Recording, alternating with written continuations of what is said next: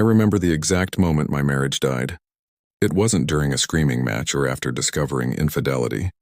It was over roasted chicken and mashed potatoes, in a dining room that suddenly felt like a courtroom. My name is David Chen, and I've always been the type of man who measures success differently than most. At 32, I was working as a senior developer at a modest tech startup, pulling in $65,000 a year.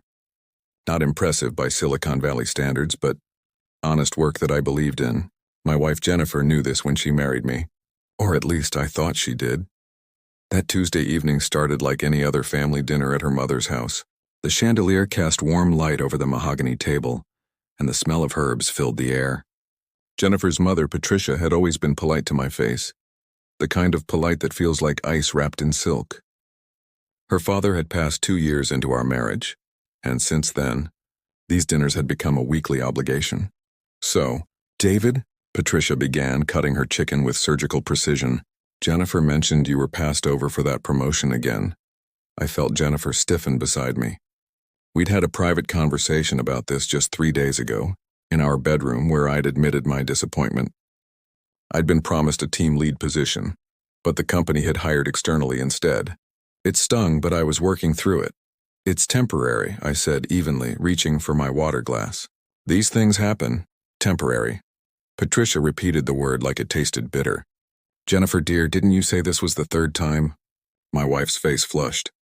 Mom, can we not? I'm just concerned about my daughter's future. Patricia continued, her voice dripping with false sweetness. After all, she gave up her career in marketing to support you through your startup phase. That was 4 years ago. The air in the room shifted. I'd never asked Jennifer to quit her job. She'd made that choice herself, saying she wanted to focus on starting a family and writing the novel she'd always dreamed about, a novel that admittedly remained 3 chapters long. Patricia, I provide for our household, I said quietly. We have everything we need, yes.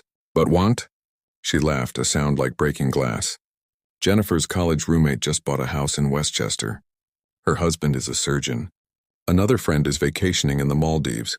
And here you are working for a company that can't even afford to give you a proper title. I looked at Jennifer, waiting for her to defend me, to defend us. Instead, she looked down at her plate, pushing peas around with her fork. David does his best, Jennifer finally murmured, but there was no conviction in her voice. His best? Patricia set down her fork with a sharp click. Darling, his best is leaving you in a 2-bedroom apartment, while your friends are building equity in futures. You're 30 years old. Don't you want children? How will you afford them on a developer's salary? Something cracked inside my chest. Not loudly, more like ice fracturing beneath weight it can no longer support. We've talked about children, I said, my voice still calm despite the storm building behind my ribs. We agreed to wait until we were ready. Ready? Patricia laughed again. You'll be waiting forever at this rate.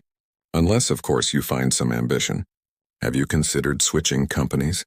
Maybe going into finance? Something with actual earning potential? Jennifer finally spoke up, but her words became the knife that finished the job. Mom has a point, David. I never thought I'd still be counting grocery expenses at 30. Remember Sarah's birthday dinner last month?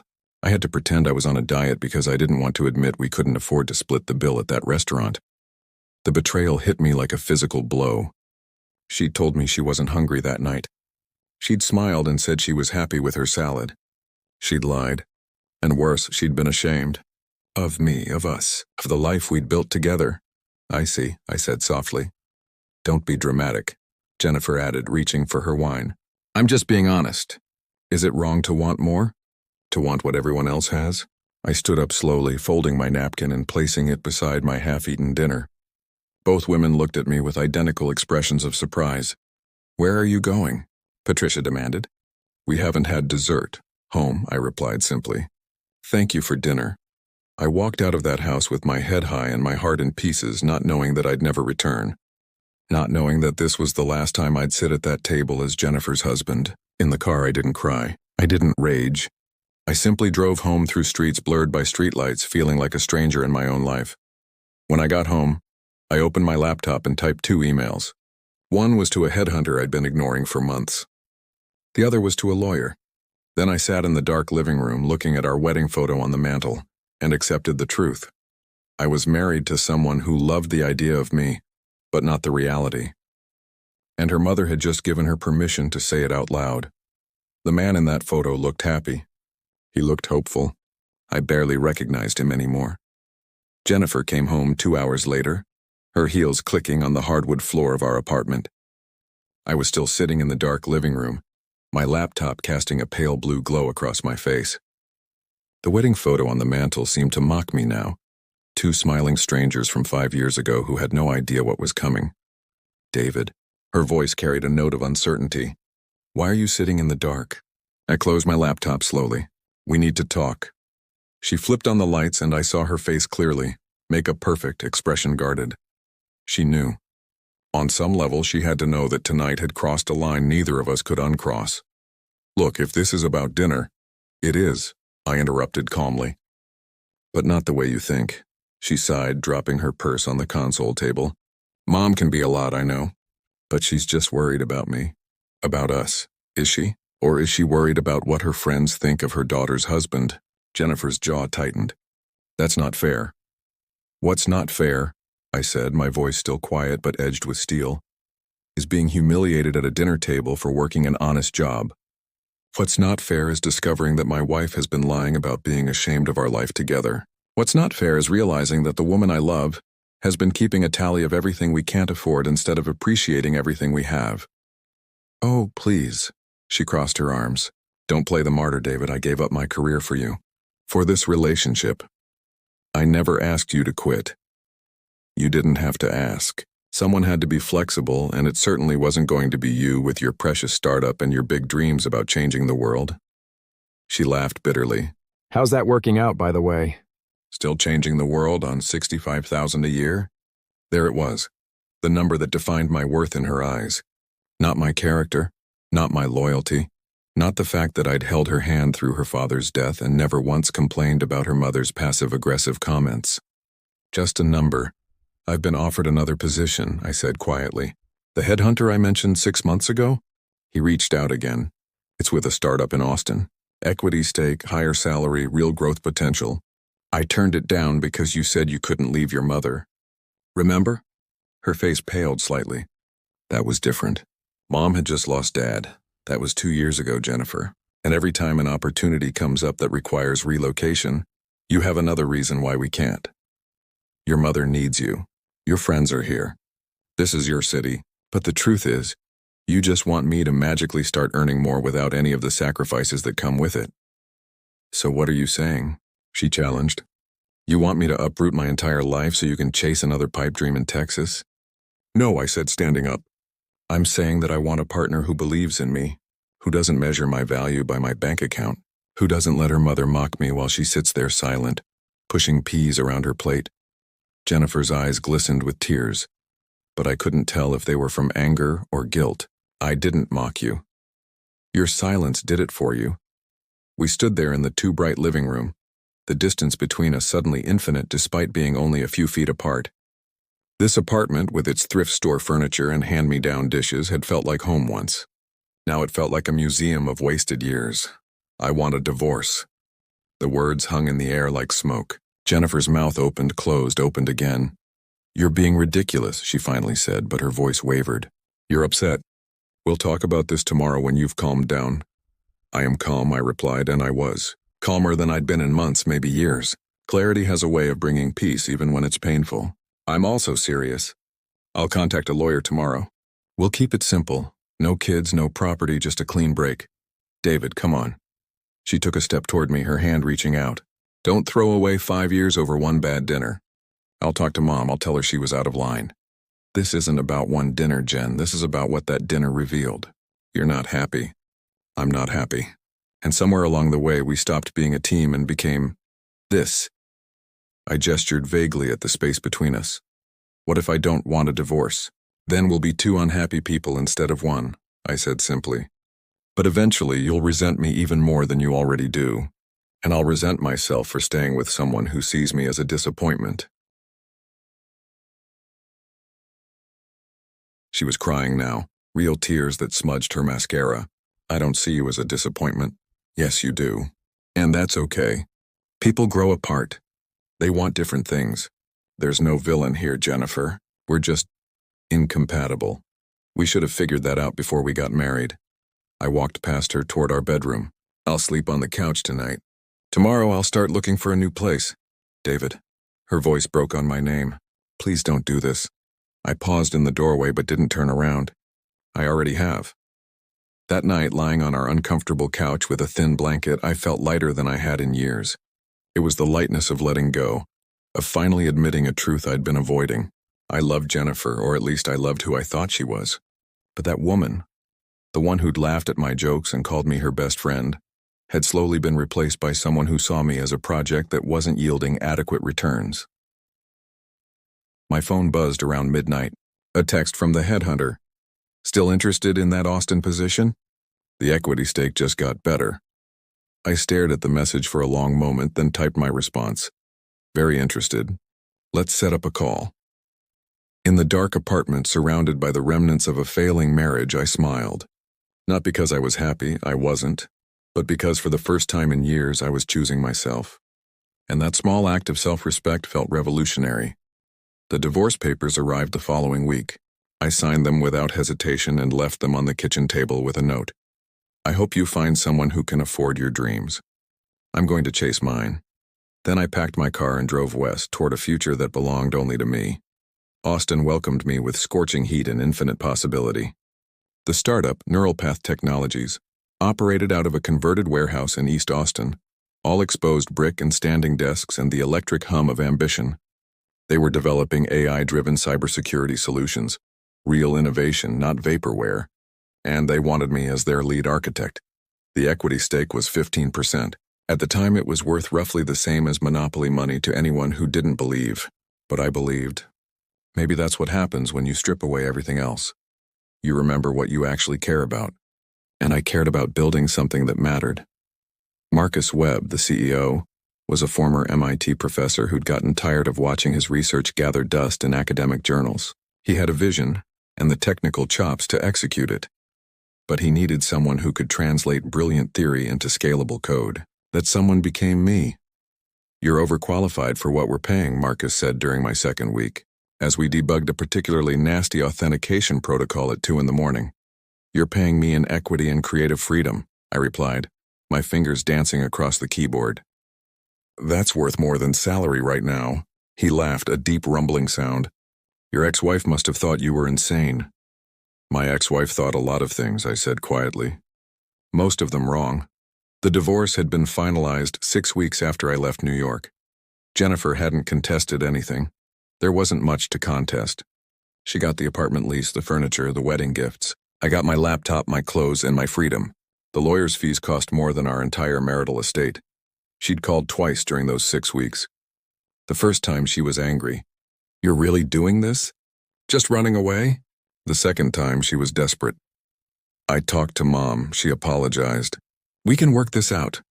I didn't answer either call. Some bridges need to burn completely to stop you from crossing back. In Austin, I became a different version of myself. Not different in essence, I was still the same guy who preferred quality over quantity, who valued integrity over expediency. But different in confidence. When you stop apologizing for who you are, you discover a strange power in simply existing. The work consumed me. 18-hour days bled into 20. We were racing against well-funded competitors, trying to prove that our approach, decentralized security protocols with self-learning algorithms, could revolutionize how corporations protected their data. Every line of code felt like painting on a cathedral ceiling, small contributions to something grand. My team grew from 5 to 20. I hired carefully, looking for people who loved the problem more than the paycheck. We became a family of misfits working toward something bigger than ourselves. Late nights were spent arguing about architecture decisions over Thai food. Weekends disappeared into hackathons that felt more like play than work. You need a life outside this place, said Priya, our brilliant security analyst, about 6 months in. She was right, of course. I'd been living in a sparse apartment with a mattress on the floor and protein bars for dinner, channeling every ounce of energy into the company. This is my life, I replied. Not unhappily. That's what worries me. But she didn't understand. This wasn't obsession, it was purpose. For the first time since my divorce, maybe for the first time in my adult life, I was building something purely on my own terms. No compromises. No apologizing for ambition. No one keeping score of what I couldn't afford. The breakthrough came 14 months after I joined. We cracked the adaptive response problem that had plagued our architecture from the beginning. Our system could now predict and neutralize threats before they fully materialized, learning from attempts in real time. It was elegant. It was powerful. It was exactly what the market needed. Marcus called an all-hands meeting the next day. We've got interest from 3 major VCs. They want to lead a Series B round. The room erupted in cheers. Series B meant validation. It meant we weren't crazy. It meant the 15% of nothing I'd been holding might actually become something. How much are they offering? Someone asked. Enough to take us from scrappy startup to legitimate player. Marcus grinned. Valuation would put us at about 200 million. I did the math in my head. 15% of 200 million, minus dilution, minus vesting schedules, minus 1,000 other complications. Still, even in the worst case, my equity stake would be worth somewhere in the neighborhood of $20 million. $20 million. I thought of Jennifer, counting grocery expenses. Of Patricia dismissing my $65,000 salary as inadequate. Of that dinner table where I'd been weighed and found wanting. The irony was sharp enough to cut, but the strangest thing? I didn't feel vindicated. I felt nothing toward them. The anger had burned out somewhere between Austin and ambition, leaving only smoke and distance. They'd become characters in someone else's story, people I used to know in another life. That night, I treated my team to dinner at the nicest restaurant in Austin. We toasted our success, our future, each other. Priya clinked her glass against mine and said, "You did it, David, you actually did it." "We did it," I corrected. "No," she said seriously. "You believed when nobody else did. That's leadership." I looked around the table at these people who'd taken a chance on an unproven company, led by a divorced guy from New York, who arrived with nothing but a laptop and determination. They'd become my real family, bonded not by blood or obligation but by shared purpose and mutual respect. My phone buzzed, an unknown New York number. I declined the call without checking the voicemail. Whatever ghosts were reaching out from my past, they'd have to wait. I was too busy building my future. The Series B closed 3 months later. My 15% became real money, though still mostly on paper. Marcus wanted to take the company public within 2 years. The word IPO started floating around in board meetings, spoken in hushed tones like a prayer. I bought a real bed, then a couch, then a house. Nothing ostentatious, just a mid-century modern in Travis Heights with a view of the city. I furnished it slowly, deliberately, with things I actually liked rather than compromises between two people's tastes. Every choice was mine alone. It was liberating. 2 years after leaving New York, I was unrecognizable. Not physically. I still looked like myself, perhaps a bit leaner from irregular meals and constant motion. But internally, I'd become steel where I'd once been soft, focused where I'd once been accommodating. The divorce hadn't broken me. It had refined me, burning away everything that wasn't essential until only the true core remained, and that core was finally building something worth the cost. The IPO happened on a Thursday in April, 3 years and 2 months after I'd signed those divorce papers. I stood on the floor of the NASDAQ watching our ticker symbol, NRLP, flash across the screens as trading opened. Marcus was beside me, grinning like he'd won the lottery, which in a sense we had. The opening price was $42 per share. By lunch it had climbed to $63. By closing bell, Neural Path Technologies had a market cap exceeding $3 billion.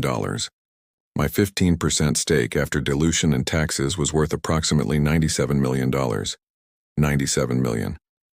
The number was so absurd it didn't feel real.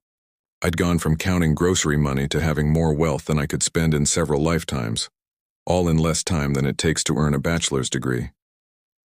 The celebration that night was surreal. Champagne congratulations. News crews wanting sound bites about the overnight success that had taken a decade of work and 3 years of 80-hour weeks. I smiled for cameras, said the right things about hard work and team effort, and felt oddly disconnected from it all. "How does it feel?" a reporter asked, microphone thrust toward my face. "Surreal," I answered honestly. "But also, earned." That quote would later be pulled out of context and memed across the internet, but I meant it. This wasn't lottery luck. This was the result of choosing myself, of betting on vision over security, of refusing to let someone else's measurement of my worth define my trajectory. The ghost from my past materialized exactly 1 week after the IPO. I was in my office, actually mine now, with my name on the door and original artwork on the walls when my assistant buzzed. "David, there's a Jennifer Morrison online too. She says she's an old friend." My finger hovered over the button. Jennifer had remarried, apparently. Morrison was her new last name, or perhaps her maiden name reclaimed. Either way, it wasn't mine. "Tell her I'm unavailable," I said. "She's called 3 times today. She seems persistent," I sighed. "I'll handle it." The voice on the line was achingly familiar, though tinged with something I couldn't quite place. Desperation? Regret? "David," finally. I was beginning to think you'd forgotten me entirely. Forced cheerfulness brittle at the edges. "Hello, Jennifer. What can I do for you?" A pause. She'd expected warmth, maybe even nostalgia. My professional tone clearly threw her. I saw the news. About Neural Path. About the IPO. "David, that's incredible. I always knew you had it in you." The lie was so blatant it was almost funny. I said nothing, waiting. "I was thinking," she continued, words tumbling out faster now, "we should catch up. It's been, what, 3 years? That's long enough for old friends to reconnect, don't you think? I'm actually in Austin next month for a conference. Maybe we could grab coffee?" "I don't think that's a good idea." "Oh, come on. Don't be like that. I know things ended badly between us, but that's ancient history. We're both different people now." "I'm different," I agreed. "I'm not sure you are." "That's not fair, David," her voice sharpened. "You don't know anything about my life now." "You're right, I don't, and I'd like to keep it that way. I wish you well, Jennifer, but I don't see any reason for us to reconnect." "Not even for closure?" Now she sounded wounded. "Don't I deserve at least that?" "Closure is something you give yourself," I said quietly. "Not something you extract from other people. Goodbye, Jennifer." I hung up before she could respond. My hands were shaking slightly, not from anger, but from the effort of maintaining boundaries. Part of me, some old loyal part, wanted to give her what she was asking for, but I knew better. This wasn't about closure. This was about access. She called back 4 times that day. I blocked her number. The emails started next. Long, rambling messages about how much she'd grown, how she understood her mistakes now, how her mother had been wrong about so many things, how her second marriage had ended after only 18 months, how she thought about me constantly, wondering what could have been if they'd just supported my dreams. I deleted them without reading past the first few lines. Then came the LinkedIn message, carefully crafted to seem professional. "Would love to pick your brain about career pivots and entrepreneurship. Coffee?" I archived it. Finally, she tried a mutual friend, Tom, a guy I'd gone to college with who'd been at our wedding. He called me on a Saturday morning. "Man, I'm probably breaking the bro code by even telling you this, but Jennifer asked me to reach out." "I know," I said. "She's been trying various channels. She seems pretty torn up, Dave. Says she made a huge mistake and just wants a chance to apologize properly." The time for apologies was 3 years ago. Or better yet, 5 years ago at a dinner table where she let her mother humiliate me while she stayed silent. Tom was quiet for a moment. "That bad, huh?" "That bad, and Tom? I appreciate you calling, but tell her to stop. I've moved on." "She should too." "Will do. And hey, congrats on the IPO, man. You earned it." "Thanks." After I hung up, I walked out onto my balcony. Austin sprawled below me, all possibility and heat shimmer. Somewhere in this city, or maybe still in New York, Jennifer was probably crying, feeling rejected and misunderstood. Part of me felt guilty for that, but a larger part, the part that had learned painful lessons about self-worth, knew that her feelings weren't my responsibility. I hadn't abandoned her. I'd freed us both from a relationship that was slowly poisoning us. That she only saw value in reconnecting after I'd achieved financial success proved that nothing fundamental had changed. She didn't miss me. She missed the life she could have had if she'd been a different person, and I couldn't give her that any more than I could travel back in time and change that dinner conversation. Priya found me on the balcony an hour later. We'd been dating for 6 months, slowly, carefully, both of us carrying baggage from past relationships. She was everything Jennifer hadn't been. Supportive, independent, curious about ideas rather than price tags. "You okay?" she asked, handing me a beer. "Yeah, just dealing with ghosts." "The ex?" I nodded. Priya knew the story. I'd told her early on, wanting no secrets between us. She'll give up eventually, Priya said. People like that always do when they realize you're serious about maintaining boundaries. I know. It's just strange. For so long I wanted her to see me, really see me. And now that she's trying, I realize I don't want her to anymore. I don't need her validation. That's called growth, babe. Priya clinked her beer against mine, also called being mentally healthy. I laughed, the tension finally breaking. She was right. The man who'd sat at that dinner table 3 years ago, absorbing insults and measuring his worth by someone else's standards, that man was gone. In his place was someone who knew his value wasn't determined by bank accounts or someone else's approval. Jennifer could try all she wanted to reconnect, but she was trying to reach a person who no longer existed, chasing a ghost of her own making. And I was done being haunted. The restaurant was her idea, though I chose the location. Neutral ground, expensive enough that money wasn't a factor, public enough that drama would be discouraged. 2 months had passed since Jennifer's first attempt to contact me, and her persistence had finally worn me down. Not because I wanted reconciliation, but because I realized that giving her the closure conversation might be the only way to truly close the door. Priya had been skeptical. You don't owe her anything, David. I know, but maybe I owe it to myself, to prove I can face that part of my past without flinching. So here I sat, at a table by the window, watching Austin's evening traffic blur past. I arrived early deliberately, wanting the psychological advantage of already being settled when she walked in. Petty? Maybe, but earned. Jennifer appeared at 7 sharp, and the sight of her hit me with unexpected force. Not longing, but recognition of how much time had passed.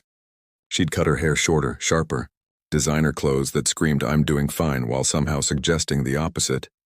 She'd lost weight, but not in a healthy way. The brittleness I'd heard on the phone was visible in her frame. David. She smiled, uncertain. You look really good, thanks. Please sit. The awkwardness settled between us like a third guest. We ordered drinks, wine for her, bourbon for me, and made painful small talk about Austin's weather, the restaurant's ambiance, anything but the canyon of years and choices between us. Finally, I broke. Jennifer, why are we here, really? She took a long sip of wine, gathering courage. I needed to apologize. Face to face, not through messages you delete or calls you block. Okay, I'm listening. I was awful to you, at that dinner and for months before it. Years, maybe. I let Mom poison my perspective.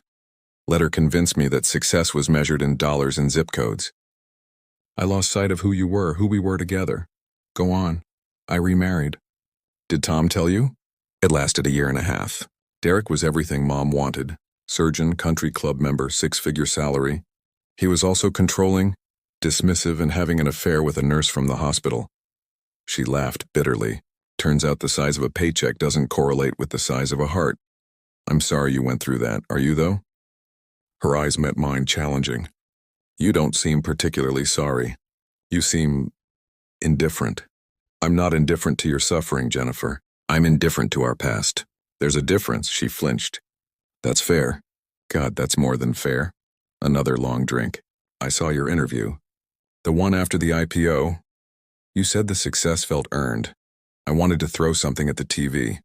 Because it was my fault you left, wasn't it? My fault you found this opportunity, built this company.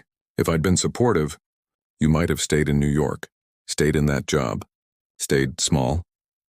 You don't get to take credit for my success any more than you get to take blame for our divorce, I said quietly. My choices were mine. What you did was painful, but it also clarified things. You showed me I'd been making myself smaller to fit into your vision of what I should be. Leaving was the healthiest thing I could have done, even if it meant leaving me, especially because it meant leaving you. The words landed like stones. Jennifer's eyes filled with tears, and I felt nothing. No satisfaction, no cruelty, just truth. I looked you up, you know, she continued, voice shaking. After the IPO, I read every article, watched every interview. You seem happy. Really happy. There's this woman in some of the photos, pretty Indian maybe. She works with you. Her name is Priya. She's the head of our security division. And yes, we're together. Is it serious? Very. Jennifer nodded slowly, processing. Does she know about me? About what I did? She knows everything. I don't do secrets anymore, Jennifer. I spent too many years not saying what I needed to say. Like what? I leaned back, considering. This was the moment, the real reason I'd agreed to this dinner.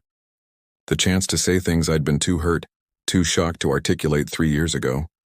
Like that I loved you completely, but you never saw me as enough. Like that your mother's contempt was easier to bear than your silence in the face of it. Like that I spent years trying to prove my worth to someone who was measuring it with the wrong ruler. I paused. And like that I'm grateful you couldn't see my value back then. Because it forced me to see it myself. She was crying openly now, mascara tracking down her cheeks. I did see your value, David, I got confused. I let other people's definitions of success override my own. And by the time I realized what I'd lost, I was already gone. Would you ever consider? She didn't finish the sentence. Couldn't quite voice the hope I could see flickering in her eyes. No. I said it gently but firmly. Jennifer, I don't hate you. I don't even resent you anymore. But I don't love you either. You're someone I used to know. Someone who taught me important lessons about self-respect and boundaries. I'm grateful for those lessons. But that's where it ends. Because of the money? Because you're successful now and I'm not? I almost laughed at the irony. No, because I'm different now. I know what I need in a partner. Someone who believes in me when I have nothing, who measures worth by character rather than bank accounts. Priya saw value in me when I was just the new lead architect driving a 10-year-old Honda. That's the kind of person I want in my life. Jennifer wiped her eyes with her napkin. She's lucky. I'm lucky, I corrected. And so are you, or you will be when you stop chasing a past that never existed. The version of me you miss? He wasn't real. He was what you wanted me to be, not who I actually was. You need to let him go. We sat in silence for a long moment. Outside, the Austin evening had deepened to purple. Lights beginning to sparkle across the city that had become my home. I should go, Jennifer finally said. Thank you for meeting me. I know you didn't have to. I didn't do it for you, I admitted. I did it for me. I needed to look at that part of my life in the eye and realize it no longer has power over me. She nodded, understanding. As she stood to leave, she paused.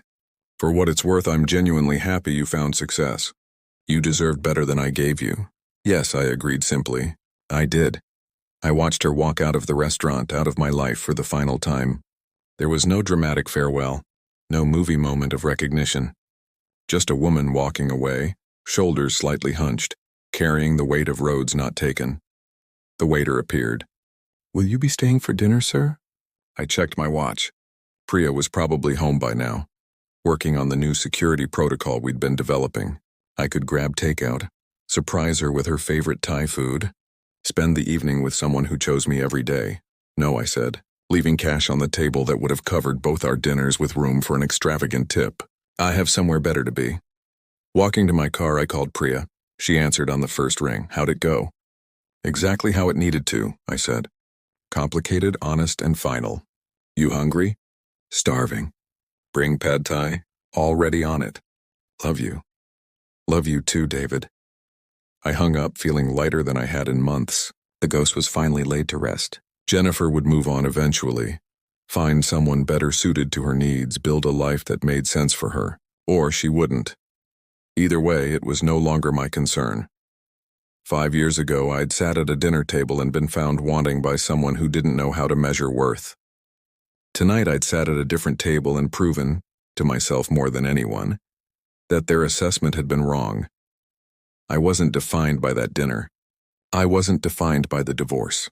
I wasn't even defined by the IPO or the millions in my bank account.